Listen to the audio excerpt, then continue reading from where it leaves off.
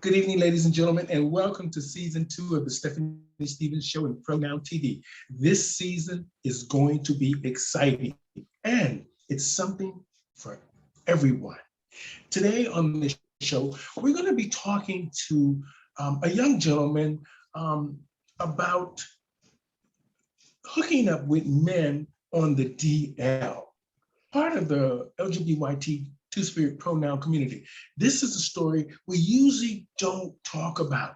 Black men who hook up with DL men or just regular men in general, but consider themselves a specific type for a specific type of gentleman that he is looking for. So today we're going to talk to Michael Clark, and he's going to talk to us about his sexual preference of being a bottom in the LGBT two-spirit pronoun community.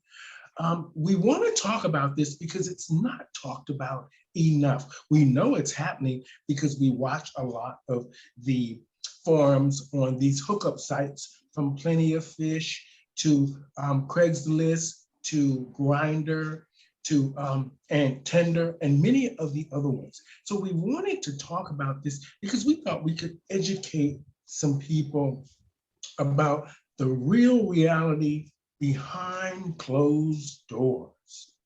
What men are actually doing, what they actually prefer to do, and what they like. So today I want to welcome to the show Mr. Michael Clark. How you doing, Michael? I'm great. Oh my God, I feel so great to be here on your show. Oh my God, I'm so excited. And I'm just here relaxed. Well, I had a little bit of wine. Well, you know how it is. Thank you for being here. You know, this season is so exciting because I didn't think we would get to the second season. But then when they started talking to me and they said, well, we like this and we like this and we like this, let's just continue on and we're going to see if we can put it all together. So here we are in season 2, and they wanted me to get down to the meat and guts of the stories for our community. And hopefully we can educate and inspire others. And the reason I liked your this interview here is because when I was watching you on TikTok, I thought, well, my agent, she thought you were bold and you were gutsy. And the fact that you were brave for actually saying what you liked in bed and coming from Black men that usually don't talk about these kind of things, mainly when they're on the down low or they're secretly in the closet. Now, today, on the show, we're going to talk about being a bottom and being an out bottom and not afraid to tell people in the world. And not afraid to tell people what you like in bed, which I don't think there's anything wrong with telling your partner something that you like in bed. Now, where are you from, Michael? I'm from the smallest state named Rhode Island. No, it's not part of New York, viewers. It's not part of New York, Rhode Island. It's the smallest state in America. It's right above Connecticut, next to Massachusetts. Because some folks get a little confused. They think that Rhode Island's part of New York, but it's not. It's the smallest state. Some folks do get confused. So you're from Rhode Island. Is that near Provincetown? Provincetown is probably like about 2 hours and 45 minutes away from me. Provincetown. Because they messaged me about maybe doing something down there, something at a place called the post office or something. Go there. Oh, okay. You should. All right. Now, the reason what are your pronouns? How do you identify? So you know what? Someone. You know what's so crazy that someone asked me today at Club Vibe Lounge what were my pronouns. And she asked me that, and I was like, well, I identify as him. So she's like, oh, okay, I'm still learning about that. I'm like, yeah, I'm him, I'm he, you know, because I was telling her, I said, I could have been a trans man, you know, because trans men look just very much like men with beards and everything. Very convincing these days. Yes. So I'm like, I'm him, I'm he. And she said, oh my God, I want to learn more. So I'm gonna meet with her soon too. Okay. So now, the reason I thought your story was fascinating is because when I was going through some of your videos and stuff, and you were so openly and honestly about what you like in bed. Now let's first get back and talk about, when did you know you were gay? I knew I was different since I was probably like 4 years old. Like I was playing with Barbie dolls, and I knew that I was different. You know, my siblings would sit up over here and call me gay, this, gay, that, and I'll be upset, but deep inside I know it was gay. But I just kind of like, it's not like I hid it, but they knew, my mother knew. You know, parents normally are the first ones to know. So my mother already knew, but my dad didn't know for like years down the road. So at 15, I finally had the courage to tell my mother and my grandmother that I was gay, and they was very accepting of it. They loved it. They didn't care. They have gay friends themselves. So, you know, but recently I did tell my dad, he took it very well. My dad loves me too. So it's a blessing. It's wonderful to have a support system. It really is wonderful to have a support system. You know, I miss my mom and dad every day. And I tell people, and they usually, because I come from a very strict Christian background, and my parents were very accepting of me, and they were very good to me. And I'm the baby. I have an older brother and an older sister, and we never really had that gay conversation in the house. They just knew. They just knew. And it's great that your parents, and now that you've told your father, and you know, a lot of Black fathers, usually when you would tell them that you're gay, they would kick you out of the house or beat you up. That's what happened to some of my friends. They were disowned. And you know, I come from a strong Christian family background as well. And to them, it's not their job to judge people. From my understanding, they don't judge nobody. That's up to God to judge somebody. God judges people from their heart. God knows your heart. God knows my heart. So he can judge us when that day comes. But it's not anybody else's job to judge you or me. And it's not our parents' job to judge us as well. So they took it like that. And I just felt great to have that support from my siblings and my parents, because like you said, it's really hard for people to get that type of support from their own parents. It really is hard, especially coming from a Christian background. Now, you know, I see a lot of people now on different apps, especially TikTok, talking openly and questioning the Bible, making real relevant questions for stuff that we might not have known. And it's great that now we are now getting to see not just older people, but younger people who are actually reading from the Bible and, you know, and questioning, this is not what the Bible said. This is not what God said. And these things, now, you know, as Christians, we were taught to believe in the Bible and what it said. But me and you both understand clearly that we're human beings and we're on this planet. And I think if God would have chastised and hated homosexuals, I think he would have said that. Just as the way they put in the Bible about calling women harlots and Jezebels and all of, you know, these kind of things. Now, do you have any siblings? Well, altogether, my mother has 7 kids. So I have 6 other siblings, 5 girls and 2 boys, which I'm counting myself, my little brother. So we have, you know, I have 6 other siblings. Anybody else gay in the family?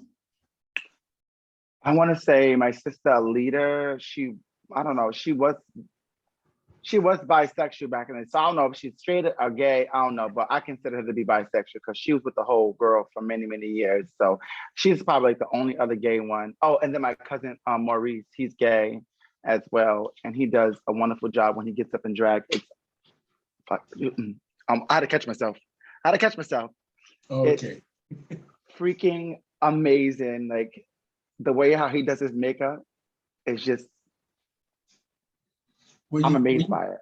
Well, Michael, it's great that we actually are now talking to each other around the world, expressing ideas, showing, the way things, how we feel, and we're being openly and honest, and we've gotten the conversation started. And this is a good thing because a lot of these doors were closed in our face for decades and years. We've all been suffering Yes. behind, we've been suffering behind the Bible. We've been suffering Mhm. behind the workforce. We've been suffering behind our own family members, some of them, and we've been, suffering behind society. What the stigmas and all these kind of things. Exactly. Yeah, I want to talk a little bit about your high school.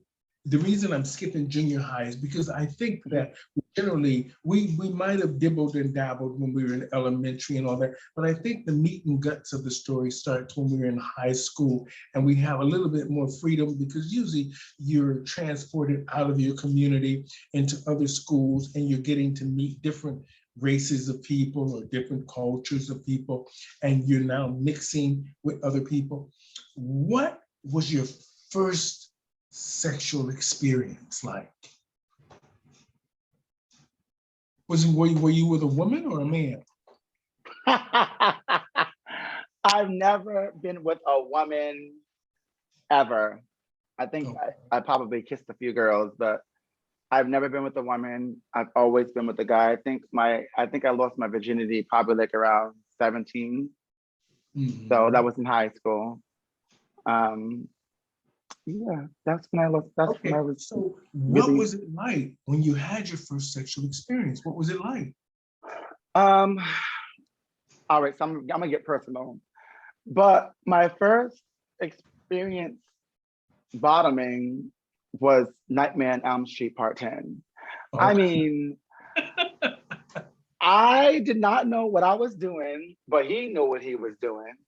I didn't know what I was doing. So, something had happened. I was crying because it hurt, was too painful. And then we tried it again and it was like butter.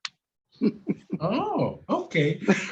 Well, it's funny when you talk to Black men about bottoming, and because Mhm, most of them think, well, most of us in general think Black men are supposed to be strong and, mhm. virile, and they're supposed to be the aggressor and the dominant one. Yeah. Now, it's very funny when I'm actually talking to a Black bottom that is open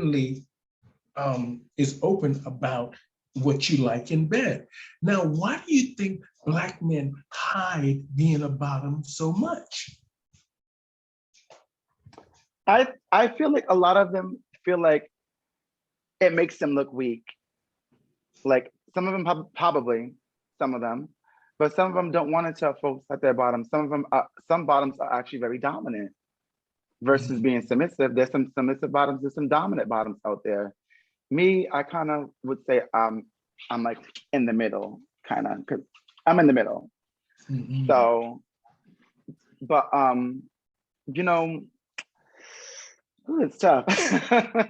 Well, But most parents, because because because because people, I'm sorry to cut you off, but people look as bottoms, not a lot of gays, but some gays, from my own experience, after having conversations about this with many of my peers throughout the years, and them expressing their feelings to me expressing my feelings to them. But from my knowledge, from what I had gained from different people from conversations, was that sometimes people don't like to tell people their sexual position right away because once you tell somebody a sexual position, there's no conversation after that. They don't want to talk to you no more. They don't want to do nothing. They don't want to hang out with you because you're not what they want you to be. And I am Mhm. who I am. Even if I am a bottom, it should still be some kind of friendship and we can network and work together. But some folks don't take it like that. You sit up over there and say that you're a bottom, that's it. They don't want nothing to do with you because they can't get what they want from you because you're not the top. Mhm. So I mean, that's from my experience, listening to people, my own experience I have went through before. So because some folks they have a good conversation, and when the time comes down to it, me, I don't like to waste my time. I tell you right up front and center, like I'm a bottom, I'm from Rhode Island, da da da da da. I'll give them the opportunity if they want to continue to talk, even if they are a bottom, I don't mind being their friends. but I still leave that door open. Like if I'm in that state, we can go out for drinks and have mimosas and things like that.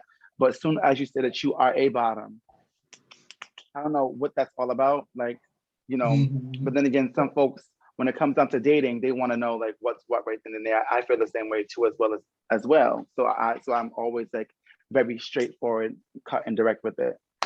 Well, it's good that you're actually open and honest about that.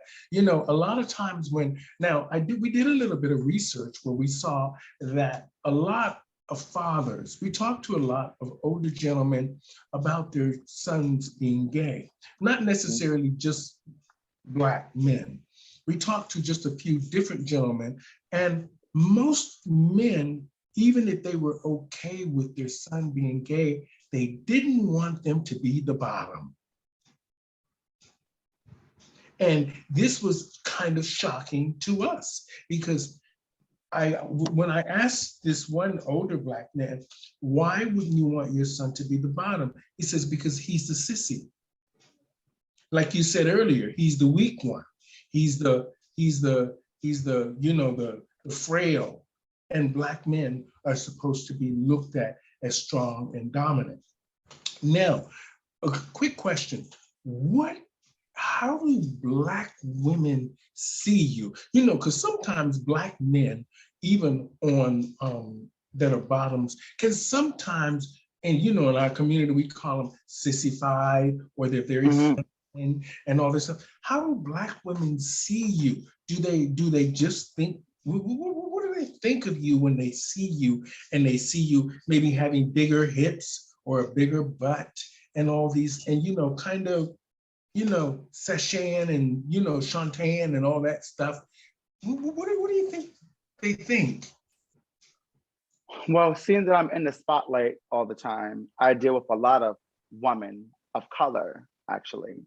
When I see my sisters, my Black people, my sisters and my brothers, but when I see my Black sisters out, we praise each other, we compliment each other. We tell each other how handsome, how beautiful you are. That's what we do over here. We do that. We uplift each other. It's never a competition about whose ass is bigger. Shit, I'm sorry. But, that's how we work around these parts of us. I can't speak for everywhere else, but I know like here, like we compliment each other. Like we praise each other. We try our best to work with each other. Like I just left that business meeting, like I was interested in the African jewelry and stuff like that. So we try to work with each other. And I never had that case when it comes to Black women over here, because we always seem to praise each other all the time. So now I know. Now, a quick question. Now I know that you run into some opposition with men, I do that. Heterosexual men, and how do you cope with that? I'm so glad you asked that question. It's a very important question, actually. I want to say if it was like 5 years ago, I probably would be cussing them out and saying all kind of nasty things to them. But being age 31, I don't have that type of energy no more. That energy left my spirit. However, I had gotten to an altercation with somebody online about Lil Nas X. And, I was commenting, the person was being nasty to me. And then, you know what I said to him? I said, I love you and you have a great night. #love wins. And when I wrote that, this man came back and inboxed me a very respectful note. And he said, we need more people like you. So we don't have to always reply back to a negative. We can always give a positive to a negative and turn that negative into a positive, like I just did. We need more of that. And that's exactly what I did. Wonderful. So now, that's wonderful. Now, let me just ask you, since you mentioned it earlier, what do you think about all of this Lil Nas X controversy? I must say that Lil Nas X is doing a wonderful job when it comes to marketing. And the reason why I say this is because Lil Nas X, I've been watching him. Lil Nas X and his team knows exactly what they're doing. They know how to get the people talking. So when people are sitting up over here saying negative things about him, they're still talking about him. They're still mentioning him. When people are talking positive about him, they're still talking about him. So of course they're going to drive those numbers up. So either way, he has everyone talking, and this is why he's number one. He's making it because he has homophobics talking. You have the LGBTQIA plus community talking. Everyone's talking about him, and that's what he's doing, and that's what I'm seeing. You know what I like the most about him, and it's not even because you know me. I really don't like rap, and I don't dance anymore like I used to, and all this kind of stuff. But what I like most about him is when you watch the stuff that he's doing, you can see that it's not pushed or contrived. It's a natural thing from him. It's probably because he's so conditioned from all the stuff that was taught to him before, and it just it's irrelevant in this day and time. So I mean, stuff that he was doing with the BDSM stuff and the church stuff and the pregnancy, this usually would have people really up in arms. Yeah. But for some reason, it didn't get that boom that I thought it would get. So that means that somewhere along the line, we are communicating and understanding, but still there's that opposition because of either the Bible or our backgrounds or where we're from. I mean, you're a young person, so you know. I mean, I'm 60 years old, so it's your turn now. So I'm glad that it's coming from a young person about what is happening today. Now, I want to ask this question because I think it's important. Since the lockdown, and you haven't been able to really hook up because, you know, the bathhouses and all these things are probably shut down now because of the pandemic and all these kinds of things. So what did you do during the pandemic when you were lonely? All I did was really eat and go to work like 80 hours a week and post like funny content all over my social media. And I kept myself busy because I felt like when I was in the house, I started to get really depressed. So I had to pull myself together and get out the house. Even though there was COVID going on, I still was outside. I still was doing like photo shoots and stuff like that safely. And that's how I made it through. You know, some folks, unfortunately, their stories are different from mine, but I just know that I kept myself busy, which is extremely important because when you are by yourself for all those months and days, hours, seconds, minutes, you know, you tend to go crazy because you're behind four walls all the time. So I made sure I didn't fall into that depression. So I kept myself busy. Wonderful. Now, I want to talk a little bit about Black men on the DL. What is your advice to just men in general who might be who I don't want to just say of color. The reason we focused in on of color is because of Black men is because we don't talk about this. What do you say to Black men who are just bottoms or effeminate and this is their sexual preference? This is what they like. I mean, because you're open, honest, and you're out. What do you say to them? What's your advice to them? To the DL community? Just no, not just to the DL community, to just Black men who might be questioning their sexuality or who might be doing things on the DL and you know, stuff like that. To be like you, not necessarily like you, but to be just more honest with the people that they're hooking up with, or they're in a relationship with, or they're married to. And I mean, because it must be very hard for a man to leave his house with his 2 children and his wife and go and hook up with a man. You understand what I'm saying? I was just having some flashbacks, honey. And for him to come home to his wife after this enjoyable experience, because he wouldn't have went over there on a continue. Because do you have regular DL men that see you that have children? Because you know most Black men have children somewhere. I would say at this moment, I don't deal with DL men like that. I don't have any DL men they're in my inbox, but I don't really reply back to it. I'm more of like a conservative bottom. I don't really be out there like that. But however, like when it comes to DL men, I try to stay away from that because it brings a whole bunch of negative energy with it, because it's like you're at the bottom of the barrel. They get what they want, they leave you there, and they go back to their wife and kids. And I'm not going to be number two for nobody, because I'm going to be number one. It's either me or her. You make the decision, because I'm not going to sit up over here and get bust down, and then you leave my house and then go back to your wife and kids and then hit me up and then talk about you catching feelings, but you're married with kids.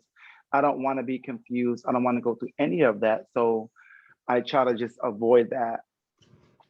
Okay, so let's just say Michael's out for a night and you're feeling frisky and you're looking for a man. Where would you meet these men? Do you go to the spa? Do you do these, people go to the drive-in movies with people? Do you pick them up at the bars? Where do you meet these men, and mainly men that you are looking for as being a top? Because in most bars these days, these are usually little white twinks that are mostly bottoms.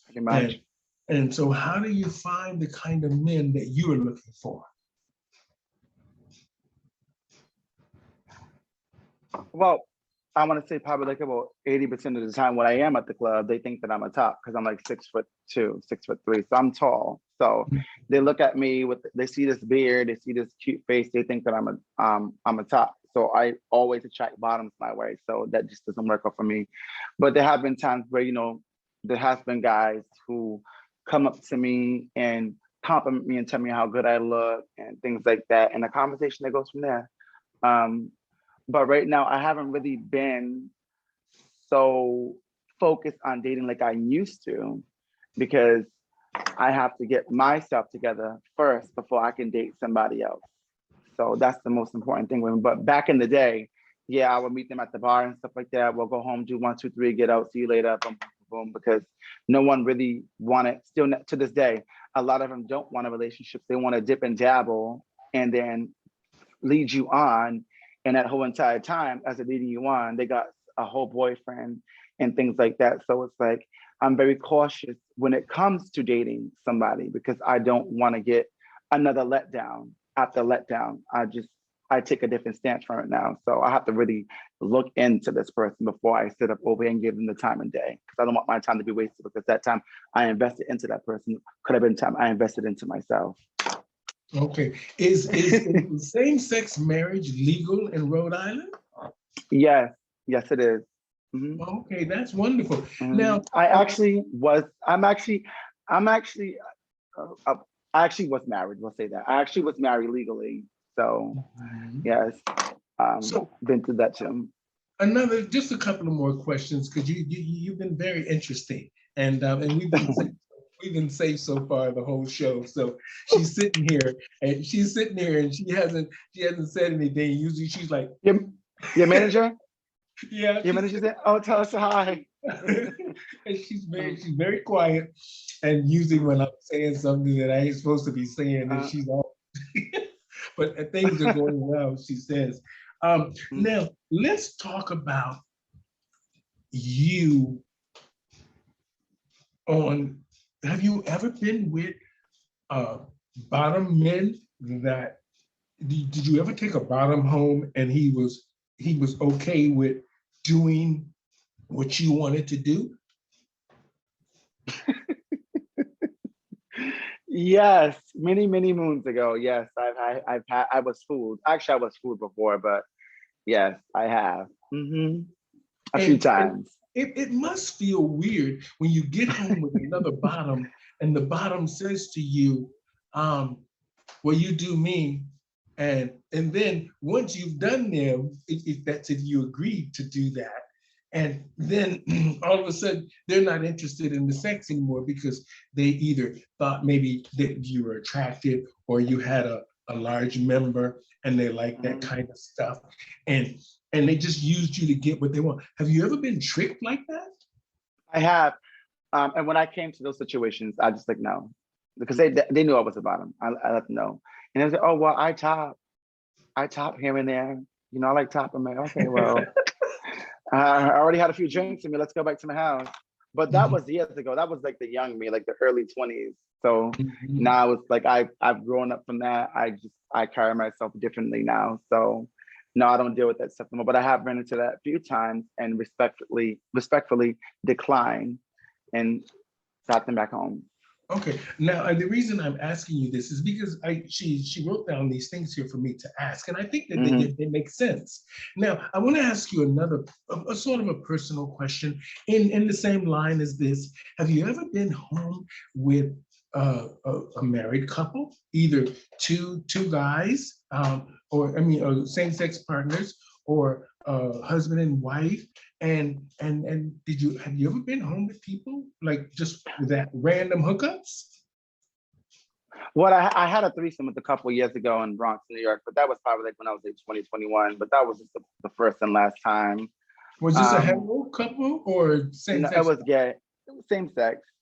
Okay. Good boyfriends. I think I was like 20 when I did that. But you know, like that's not me.